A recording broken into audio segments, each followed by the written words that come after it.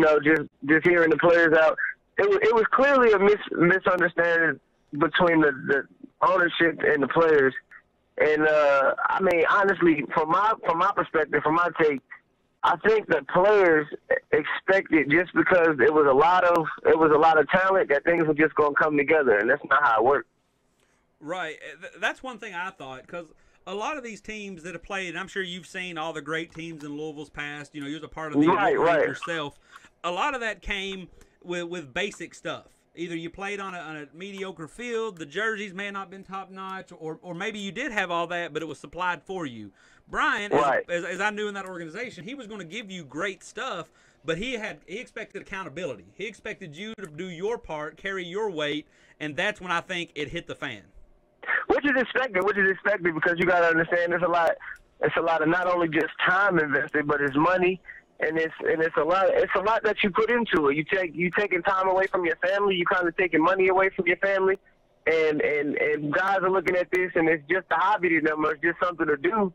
But to be successful, you know what I'm saying, everybody got to put just as much time, at least, you know what I'm saying, as much as Brian is putting in. You know what I'm saying. So if he's looking out for you and he's getting you the best game facilities, because they had the best home field. Would have had the best home field probably around this area. They had the best uniforms, plus they were getting new uniforms. And you got an owner that cares about his product enough and to promote and you know what I'm saying, make flyers and all this type of thing. And you don't have that around here. You know what I'm saying? So, I mean, like you said earlier, a lot of the great teams around this area, like somebody said earlier on one of the posts, the common denominator was a common core group of players going to each one of those teams. You know what I'm saying? And then you get your add-ons because of the area, whatever the case may be, because everybody want to follow those players. But all those teams will fly by night, essentially. You right. know what I'm saying? Why are the Extreme not still here? Why are the Pythons not still here? You know what I'm saying? The Wolverines had their run. The Bulls, I think they went 20-plus years.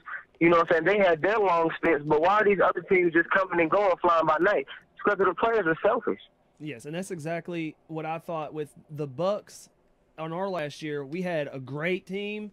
It never clicked. Too many egos. Too many people wanted to start. You know, we're fighting when we're up by 60. And pretty much the essential guys in those fights and arguments are the ones that, you know, they all went to the Piranhas and really expected it to be a different outcome. So with the same faces, and it's still not going. You're not going to get any more playing time, and I think they ended up with almost identical records. Right. So Al, hold with me for just a second when I make this metaphor here. We've all been through breakups, right? Right. And you try to work them out because maybe you care for that girl, maybe she's pretty, maybe she's rich, whatever. You try to make it work, but it never does again. Do you think? Well, I don't say never. It's really hard to get it to work again. Do you think Brian's going to be able to come back, whether it be next spring, next summer, this winter, and get the same love and support he had previous? Or do you think guys are going to be afraid he's going to give us about 6 games and then we're going to be without a home again? Well, first of all, let's give a shout out to Brian and what he was able to accomplish in a really short period of time. From the time he announced that he might be making a team to the time he posted his first mock jersey to the time he had an actual roster was incredible what he was able to do, to even be able to come out and travel to Nashville week in and week out and be, you know, competitive. So let's just give a shout out to Brian on that front. Right. Secondly, you got to give a shout out to Brian because he's new to the whole semi-football scene. You know what I'm saying? Him along with, you know what I'm saying, my guy, my boss, Ricky Proshaka, they're new to the semi-pro scene. You know what I'm saying? And Brian, everybody knows, it's no secret, he took the blueprint that Ricky had, which is cool, but Ricky also had people like Scott in his corner, you know, people like Cromwell Stewart in his corner, people that know the scene, that people that know Nashville football. That's why they were able to get the core group of guys that they had and build around that and have the success that they would have with the Bulldogs. Brian kind of went into the situation head first. He had Nick Basham, but Nick Basham didn't do anything but bring the Bucks over there. You know what I'm saying? I think if he aligns himself with, I think somebody. I've been talking to Victor Cole lately. You know, even though we've been on opposite sides, we haven't been seeing eye to eye. But he knows he's one of those guys like Scott Wallace is in Nashville that knows the Louisville football team and knows, you know, guys whose personalities fit what they want to accomplish. And you know what I'm saying. So when you start to surround yourself with people like that and build a good front office, then you can start, you know what I'm saying, you get more people to take on those players and those player personalities. And it's not just Brian taking on all of that, you know what I'm saying? Right. No, absolutely. So we want to kind of turn that's why I was glad I wanted you in here, because I knew that you knew enough of the situation, but you also knew the background. You know, you've worked with Ricky and Scott, and you knew Brian last year. So what's left? What's left in Louisville semi-pro, in your opinion, as an outsider who goes to the GDFL and the TFA every week and the MTFL? What's left for us here?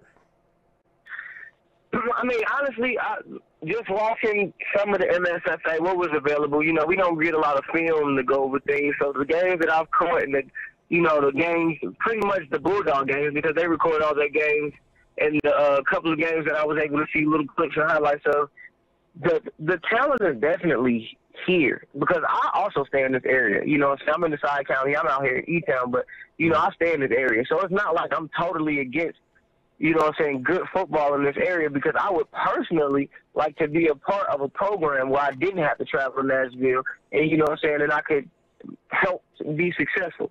But like I said, it's really on the players, you know what I'm saying, it's egos. Like, Brian could have went out there and made a half-ass effort for this summer, you know what I'm saying, and put his team out in the BCFL with about, you know, 15 to 20 players like all the other teams around here don't care about doing.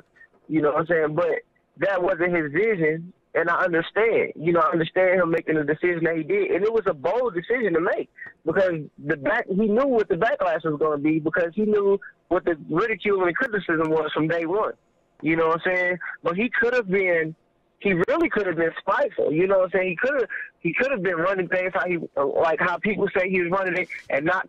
It was like, you know, to heck with team fees. I already got jerseys paid for. I'm going to go ahead and stockpile all the talent over here, make sure nobody else has a team, because just a couple of weeks ago, the Canes were folded. Weren't they not? Now the Piranhas are folded, and everybody on the Canes, they're talking championships, and they're talking big crap. So, you know, the balance of power is all in the players. You know what I'm saying? The egos, right. If it's players if you can find 30 to 40 guys out here that's willing to put their ego aside and you know, make one goal, and that goal be a championship, it could be a powerhouse team out here easily. Now, do you think, and I don't want to get too far off course, but do you think there's a pressure that there's a pressure on the players when Brian runs an organization that he runs, opposed to how the Canes or the Cavs may run, where absolutely. It's a difference when you're playing for someone that's holding you accountable. You know what I'm saying? Right. Don't get me wrong, Brian has his flaws. You know, I mean, but it's the same thing we deal with semi-pro. You know what I'm saying? Oh, he didn't come to practice. Why did he get to play? Because he's better than you. This guy played football at a nationally known university. You know what I'm saying? Even on his off day, he's just simply better than you. Now, how about you as a player say, okay, we're weak here. I'm probably better than him at this, so I can help us here. So let me play this. You know what I'm saying? If guys had that, and how many people you think on the Bulldogs think they play running back or play this or play that? It's the same type of it. But when you play for somebody like Ricky and our coaching staff that holds you accountable, you have a different mindset. You know what I'm saying? You can't come in there with that, oh, well, if I can't play this, then I'm not going to play, or I'm going to show up, or I'm not going to show up to practice because they're not going to let me play.